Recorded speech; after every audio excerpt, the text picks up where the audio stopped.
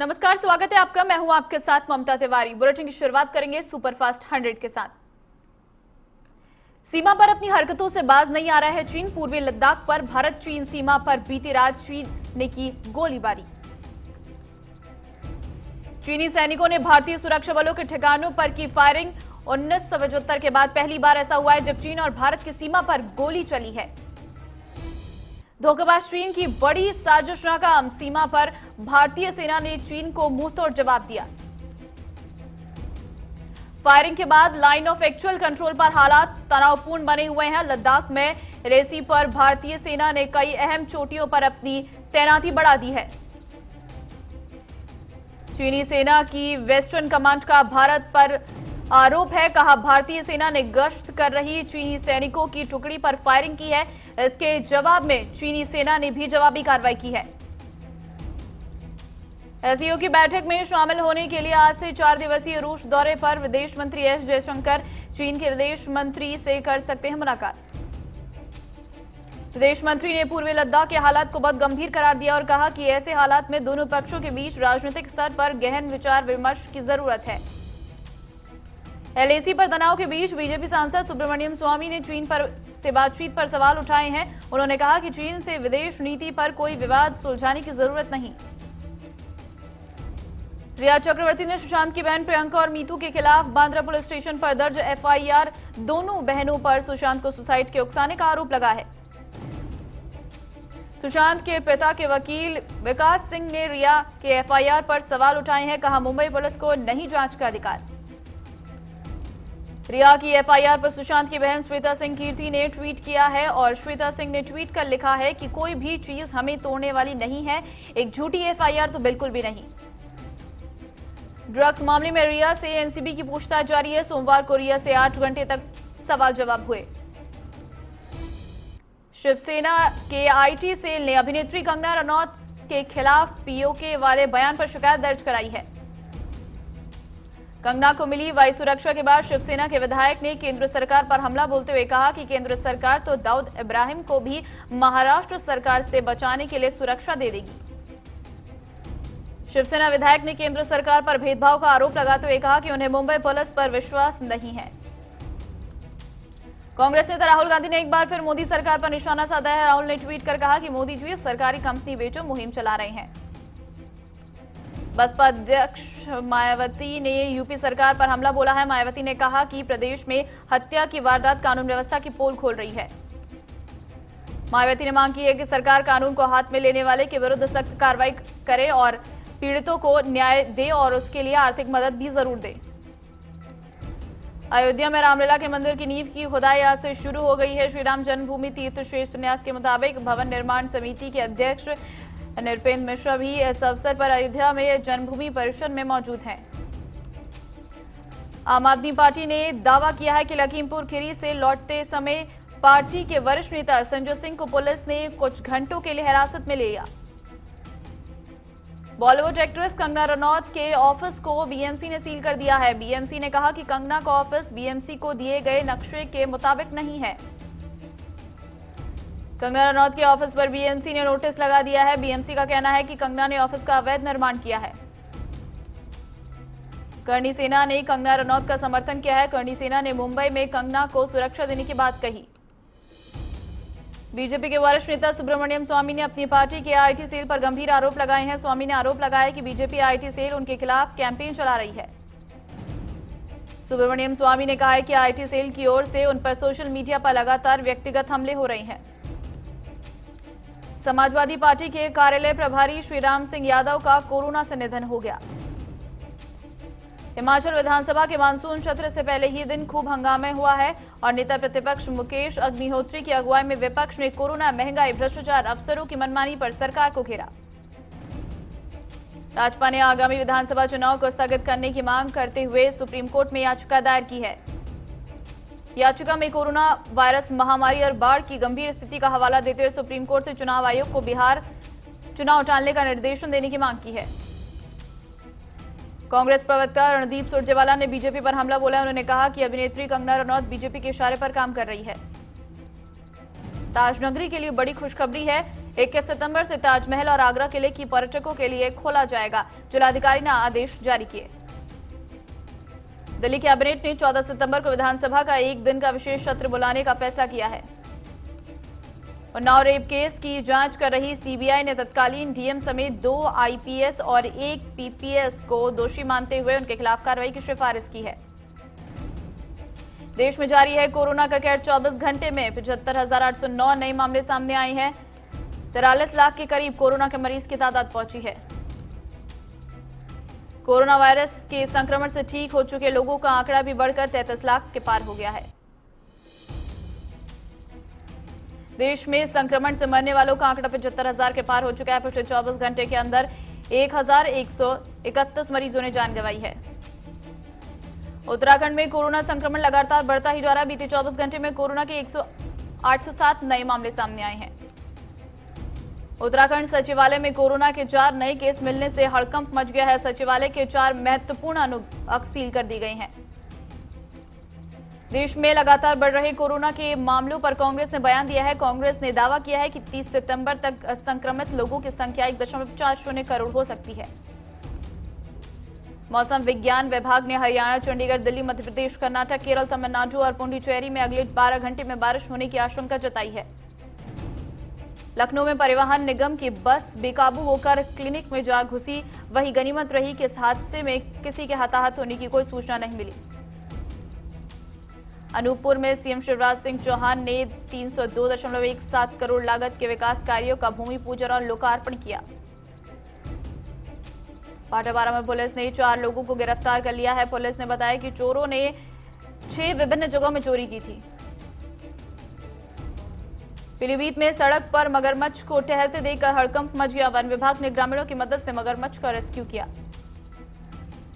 बस्ती में पंचायत भवन और शौचालय निर्माण में मानकों की अनदेखी करने के आरोप में डीएम ने अपराधियों को निलंबित करने के आदेश दिए हैं। हमीरपुर में कलेक्ट्रेट सभागार में राष्ट्रीय पोषण माह का शुभारंभ किया गया, जिसमें बाल विकास से जुड़ी योजनाओं के विषय में जानकारी दी गई। सोलन में बीजेपी कार्यालय बनाने के लिए जमीन खरीद घोटाले में जल्द ही बड़ा खुलासा होने वाला है। खरीद में हुई धोखाधड़ी की जांच रिपोर्ट तैयार हो गई है। कर्नाटक के कांग्रेस पार्टी अध्यक्ष ईश्वर खंडके ने कहा है कि बीजेपी केंद्र और राज्य में रहने के बावजूद भी कोरोना नियंत्रण करने में विफल रही है। सरकारी अस्पतालों में डॉक्टर और बेड की कमी है। लुधियाना में प्रवासी मजदूरों के क्वार्टरों में हुए धमाके से पूरे इलाके में दहशत का माहौल बन गया है। इस हादसे में पति पत्नी समेत 3 बच्चे घायल हो गए। एलएसी पर चीन से तनाव के बीच किश्तवाड़ में लड़ाकू अपाचे हेलीकॉप्टर उतारने की तैयारी शुरू कर दी गई है। सोमवार को पहली बार लड़ाकू अपाचे हेलीकॉप्टर की लैंडिंग कराई गई। सांसद सुखबीर सिंह बादल ने बाढ़ग्रस्त गांव का दौरा किया और पंजाब सरकार से किसानों को 20 से 25 हजार का मुआवजा देने की अपील की। निपाणी के गांव में पत्नी ने पति की हत्या करके उसे दफना दिया है। घर में भैंस की मौत होने का बहाना बनाकर पति के कब्र खोदने के लिए जेसीबी मशीन मंगवा ली थी। बागवाड़ में अपूर्वा ने कक्षा 10वीं की परीक्षा में राज्य में प्रथम स्थान हासिल किया है। अपूर्वा की आंखों की रोशनी नहीं है, पर हौसले बुलंद है। चामराजनगर में नवीन बस स्टैंड और शॉपिंग कॉम्प्लेक्स का लोकार्पण किया गया। जिले में पहली बार प्राइवेट और कमर्शियल सहयोग के चलते बस स्टैंड और कॉम्प्लेक्स बनाया गया। जालंधर में पनबस मुलाजिम ने पंजाब सरकार के खिलाफ विरोध प्रदर्शन किया और कच्चे मुलाजिमों को पक्का करने की मांग की। जांजगीर चांपा में चंद्रपुर विधानसभा क्षेत्र की पीएम ग्राम सड़क योजना के तहत बनी सड़क बाढ़ आते ही बह गई। साहिबगंज में जेएमएम ने अहम बैठक बुलाई। राजमहल के पूर्व जेएमएम प्रत्याशी मोहम्मद शेख ने कहा कि राजमहल में विकास को लेकर बहुत जल्द हमारी सरकार खड़ी उतरेगी। मुजफ्फरपुर में बाइक एजेंसी लूटने के दौरान पुलिस अपराधियों के बीच मुठभेड़ हो गई। 2 अपराधियों को गिरफ्तार कर लिया गया। रामनगर में राशन नहीं मिलने पर ग्राहकों ने प्रखंड सह अंचल कार्यालय में प्रदर्शन किया। आरोप है कि डीलर दूसरे गांव में राशन वितरण करता है। मधुबनी में समाज सेवक कुमारी उषा ने कहा कि विधानसभा चुनाव में महिलाओं की भागीदारी बढ़ेगी। महिलाएं किसी भी क्षेत्र में पुरुषों से कम नहीं है। जशपुर में नाबालिग लड़की को बहला फुसलाकर दुष्कर्म करने वाले आरोपी को पुलिस ने गिरफ्तार कर लिया। जोधपुर में बाजार में एक युवक पर कुछ बदमाशों ने धारदार हथियारों से हमला कर दिया। हमले का वीडियो सोशल मीडिया पर वायरल हो गया। चमोली के पोखरी ब्लॉक को 2 साल बाद स्थायी एसडीएम मिल गया है। 2 सालों से स्थायी एसडीएम की नियुक्ति नहीं हो पाई थी। निपाड़ी में मूसलाधार बारिश के चलते एक मकान की दीवार गिर गई। गनीमत रही कि इसमें किसी तरह का कोई नुकसान नहीं हुआ। फतेहपुर में मोबाइल टावरों से बैटरी चुराने वाले गिरोह का पर्दाफाश हुआ है। 6 आरोपियों को गिरफ्तार कर लिया गया है। 10 लाख से अधिक की बैटरी बरामद की गई है। पीलीभीत में बीच सड़क पर मनचले की भीड़ ने जमकर पिटाई कर दी। पिछले कुछ दिनों से लगातार लड़की को परेशान कर रहा था। मैनपुरी में भारतीय किसान यूनियन लोक शक्ति ने कलेक्ट्रेट पर धरना प्रदर्शन किया और किसानों की फसलों को आवारा पशुओं से बचाने के लिए मुख्यमंत्री के नाम ज्ञापन सौंपा। बलरामपुर में मकान में जोरदार हमला हो गया। 24 घरों के परखच्चे उड़ गए। वहीं एक की मौत और 2 घायल हो गए। लखनऊ के मलिहाबाद में किसान आमरण अनशन पर बैठे, लेकिन किसानों की सुध लेने कोई अधिकारी नहीं पहुंचा। कन्नौज में पुलिस मेडिकल परीक्षण का आयोजन किया गया। सीओ शिव प्रताप सिंह के नेतृत्व में छात्रों का मेडिकल परीक्षण किया गया। बाजार में खरीदारी लौटी है। सेंसेक्स 38,542 पर और निफ्टी 11,361 पर कारोबार कर रहा है। पेट्रोल डीजल की कीमतों में आज कोई बदलाव नहीं हुआ है। आपको बता दें, दिल्ली में मंगलवार को पेट्रोल 82.08 रुपए प्रति लीटर और डीजल 73.16 रुपए पर बिक रहा है। ईपीएफओ की बैठक में ईपीएफ पर ब्याज दर में विलंब का मुद्दा उठ सकता है। कल ईपीएफओ की बैठक होगी। आरबीआई वित्तीय सेक्टर के लिए इनोवेशन हब स्थापित करेगा। भविष्य की तकनीक पर फोकस होगा। आरबीआई ने कामत समिति की सिफारिश मंजूर की है। 26 सेक्टर की कंपनियां लोन स्ट्रक्चरिंग करा सकेगी। इंडियन ओवरसीज बैंक और बैंक ऑफ महाराष्ट्र ने एमसीएलआर रेट घटाई है। कर्ज पर कम ब्याज देना होगा। आईसीआईसीआई बैंक ने एफडी पर मिलने वाले ब्याज में कटौती की है। अब 91 दिन की से 184 दिन की एफडी पर आपको 3.50% ब्याज मिलेगा। एसबीआई म्यूचुअल फंड ने नया इन्वेस्टमेंट प्लान लॉन्च किया है। अब बच्चों के लिए निवेश करके उनकी पढ़ाई और शादी के लिए पैसों का इंतजाम कर सकते हैं। रिलायंस इंस्टीट्यूट ने ऑयल टू केमिकल कारोबार के लिए अलग योजना बनाई है। दोनों कारोबार को अलग करेगी। एयरटेल ने नए extreme fibre broadband plan launch किया है। अनलिमिटेड डाटा के साथ ओटीटी एप्स की मेंबरशिप दी है। दुनिया में कोरोना वायरस ने अब तक 2,74,00,000 से 1,207 मामले सामने आ चुके हैं और 8,96,421 लोगों की मौत हो चुकी है। अमेरिका ब्राजील में कोरोना संक्रमण की रफ्तार कम हो गई है। कल नए मामले में 38% केस भारत में आए। रूस ने अपनी कोरोना वैक्सीन स्पुतनिक वी को पब्लिक के लिए रिलीज कर दिया। हालांकि अभी ये नहीं बताया गया है कि किस तरह से इसे लोगों तक पहुंचाया जाएगा। सऊदी कोर्ट ने पत्रकार जमाल खशोगी की हत्या मामले में 5 दोषियों की मौत की सजा को कैद में बदला है। मई में ही बेटे ने हत्यारों को माफ करने की बात कही थी। वहीं पत्रकार जमाल खशोगी की हत्या मामले में हुई सजा के ऐलान से तुर्की असंतुष्ट है। राष्ट्रपति के प्रवक्ता ने कहा है कि हम अभी भी नहीं जानते कि खशोगी के साथ क्या हुआ था। ब्रिटेन पीएम बोरिस जॉनसन ने कहा कि अगर 15 अक्टूबर तक ट्रेड डील नहीं हुई तो बिना शर्त यूरोपियन यूनियन छोड़ देंगे। अमेरिकी राष्ट्रपति डोनाल्ड ट्रंप को NAFTA और WTO में चीन की एंट्री पसंद नहीं आई। कहा यह इतिहास की सबसे विनाशकारी डील है।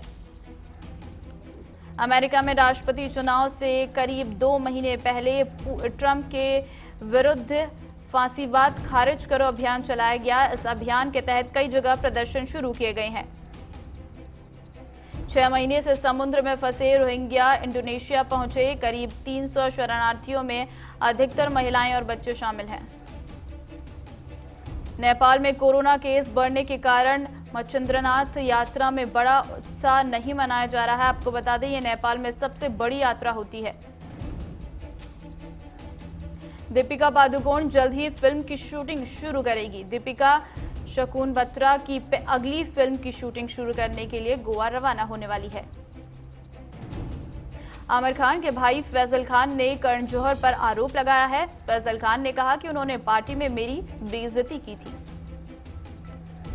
बॉलीवुड एक्टर अभिषेक बच्चन का कहना है कि उन्हें काम को घर ले जाना पसंद नहीं है। मैं अपने काम को घर नहीं ले जाने की कोशिश करता हूं। सोनू सूद से स्कूली बच्चों ने मदद मांगी है। बच्चों ने एक्टर सोनू सूद को पीएम मोदी और मुख्यमंत्री शिवराज सिंह चौहान से उनके गांव में सड़क बनाने के लिए कहा है। सोशल मीडिया पर कार्तिक आर्यन की पोस्ट वायरल हो रही है। इसमें एक्टर कोरोना वायरस की वैक्सीन का इंतजार करते नजर आ रहे हैं। अमेरिकी टेनिस खिलाड़ी सेरेना विलियम्स यूएस ओपन के क्वार्टर फाइनल में जगह बना ली है। सोमवार को खेले गए चौथे दौर के मुकाबले में उन्होंने मारिया को हरा दिया। अर्जेंटीना के स्टार फुटबॉलर लियोनेल मेसी ने एक बार फिर अपने पुराने क्लब बार्सिलोना के साथ ट्रेनिंग शुरू कर दी है। इंग्लैंड को बड़ा झटका लगा है। इंग्लैंड के विकेटकीपर बल्लेबाज जोस बटलर ऑस्ट्रेलिया के खिलाफ खेले जाने वाले तीसरे और आखिरी टी20 मैच से बाहर हो गए हैं। टीम इंडिया के स्टार ओपनर शिखर धवन ने भरोसा जताया है कि श्रेयस अय्यर की कप्तानी में इस बार दिल्ली की टीम आईपीएल में बेहतर प्रदर्शन करेगी। ऑस्ट्रेलिया और इंग्लैंड के खिलाड़ी आईपीएल के शुरुआती मैच नहीं खेल पाएंगे। आईपीएल गवर्निंग काउंसिल ने बायो बबल में ऑस्ट्रेलिया और इंग्लैंड के खिलाड़ियों को किसी तरह की छूट देने का फैसला किया है। वक्त एक ब्रेक का, फौरन लौटेंगे।